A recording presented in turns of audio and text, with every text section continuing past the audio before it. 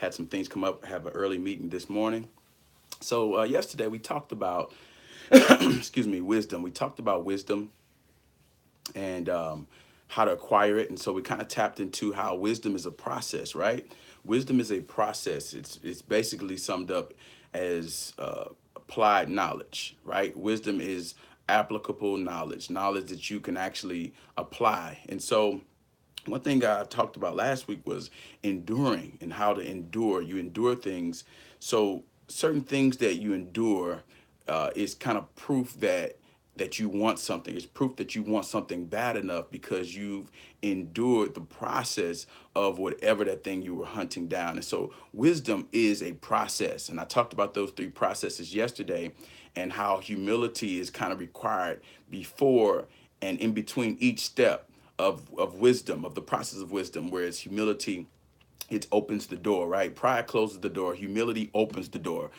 Pride or humility says, I need something that you have. I don't have exactly what it takes, or I have what I have is good, but it could be better. And so now, because I'm humble enough to know that I don't know everything.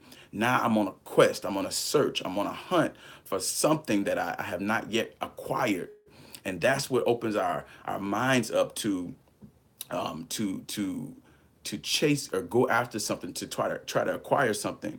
And so endurance means you hold out, you sustain, you yield to, or you undergo something. And that's the crucial process of wisdom. Is you have to undergo, you have to stay in there, you have to hang in there, because it's a process. It's not just getting information and then running off. It's getting that information and then comprehending that information, which means you understand the why. Why is this? Okay, are you know what, you shouldn't eat that. Oh, really? I always thought that was good. Why shouldn't I eat this? Well, when you eat that, it goes into fat deposit, it turns into fat and this and that. So now that I understand, then I can actually apply that knowledge with clarity. I can apply the knowledge with clarity, and now it can become a principle. And that's the process of wisdom. And principle is something that is established as it's a truth that is established in your life, and you've established it. You've given it room to kind of govern a certain aspect of your life. You have principles concerning health, principles concerning finance, principles concerning relationships, principles concerning parenting. Principles, that's something that you have found to be true. You hold it to be true, and you hold on to it, and now it is established in your life. That's something very important. And so one thing I also failed to mention yesterday, I thought about this after the video, is that, information is the beginning of wisdom. Information is the beginning of wisdom. Information starts the process of wisdom, right? So I have to get information. And one thing that's crucial, especially in our day and age, is that we have to make sure that information we get is credible. It's credible information. Even that the source is credible, that the source of the information is credible.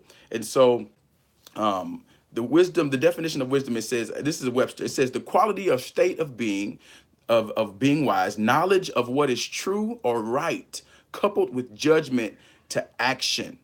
I love this. So discernment is insight. So it's the quality, it's knowledge of what is true and right, coupled with just judgment as to action. So how will I behave? How will I act? What action should I take? That's the beauty of wisdom. Wisdom says that, this information is true, this knowledge is good, it's true, it's proven. Now I have a judgment as to how I want to act and the actions I need to take. And so I read a quick article this morning about, signs of a person being wise. And so we want to search out wise people.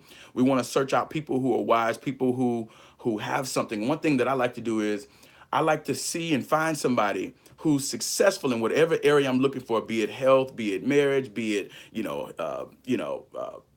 relationships, whatever it is, working out, eating, nutrition, whatever it is. I try to find somebody who, just by the looks of it, I can see is it looks successful. It looks like something that I want to become, right? And so what that does is it already establishes a sense of credibility on the front end. So before I even ask, you know, what they've been through. I can see just by the eyes. If I'm at a restaurant, I see an older couple, and you can just see that their relationship is genuine. The laughter is genuine. They're having a good time. It's nothing. There's nothing that they have to work hard for. That's something that's kind of establishes credibility before you even really know the information that they hold. You know, they're already credible on the front end. So now when I'm seeking information from these people, now they've already established a sense of credibility on the front end. And so listen to these.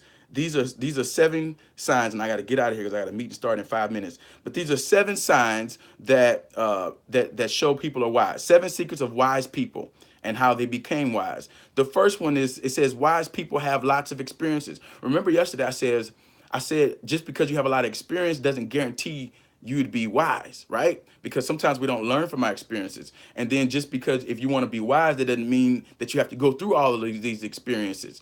So we want wisdom, but wisdom, you can become very, very wise if you experience a lot of different things. So it says, number one, wise people have lots of experiences.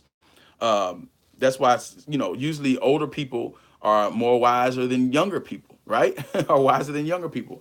And typically, not always, but typically, okay? Number 2, they're sponges.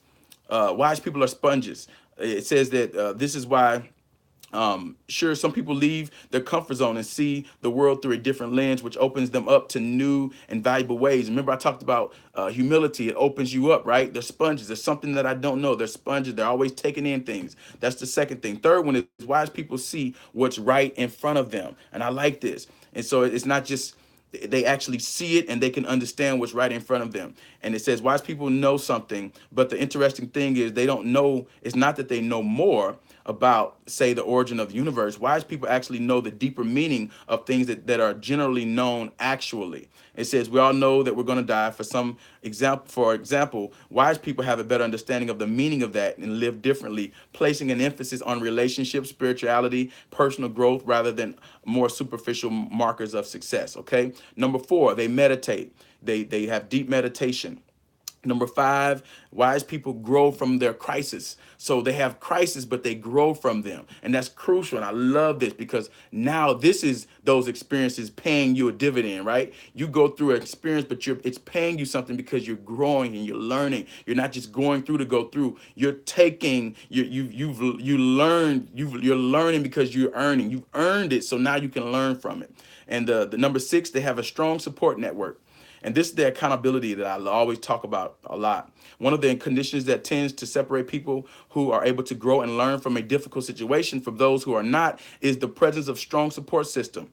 And so it says that it could be a formal support group, therapy, friends, and family. People who feel that they are alone. If there is nothing, it can be very difficult to learn anything from the trauma because it's just so devastating. So we all need somebody. You can't do this life. Don't do life alone. Don't try to do life alone. We all need somebody to help us to be there for us when we're going through our hard times. Number 7, they're tolerant. So compassion, they have compassion. Compassion is key. They're always tolerant with themselves and with others. And that's something that wise people have. So this was a really quick video. That's why I didn't want to go live, because I didn't want to get caught up, because it takes a couple of minutes just to kind of start streaming because people are coming on. So I hope you guys have an awesome day. But these are 7 things that make people wise. Number 1, they have lots of experiences. Number 2, they're sponges, always soaking in things. 3, they understand what's right in front of them. They can take advantage of the moment. 4, they meditate. 5, they grow from crisis. 6, they have strong support network. And 7, they're tolerant. So I hope you guys have an awesome day. God bless. And I love you guys. Bye-bye.